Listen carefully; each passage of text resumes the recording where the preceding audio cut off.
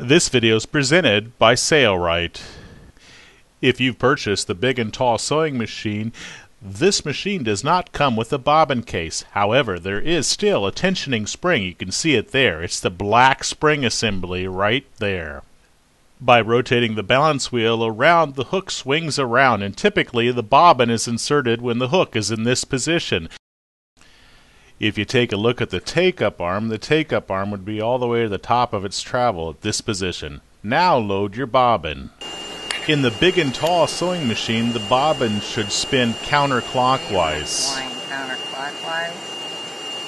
Pop it in there. Make sure your thread goes into the groove, and there's a little tension spring under here. Pull your thread through. Rotate the balance wheel around to catch the bobbin thread, and then take scissors or an object to pull the bobbin thread up through the feed dog hole. Pull on the thread, hold your bobbin, and it will make a little pop if it's not in the spring. But if it is, it won't pop. You'll be fine. Ready to go. The point that Deb's making here is that thread must go between that black spring that we showed earlier. Here we're showing it again. Pops behind it. If it doesn't pop, then roll it through and pull your thread up through it. Sometimes the thread will go in between the black springs, sometimes it will not. Tug after it's through, and you hold your bobbin while you do it.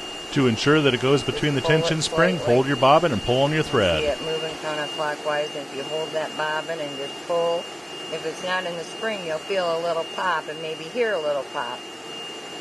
And then you're ready to go. Not only is it important to make sure the thread's between that tension spring, but it's also important that when you initially start sewing, you hold on to the trailing threads so they do not get pulled down in the bobbin case assembly. If they do, they often get wrapped around the bobbin case assembly. So make sure you hold on to those threads when you initially start sewing.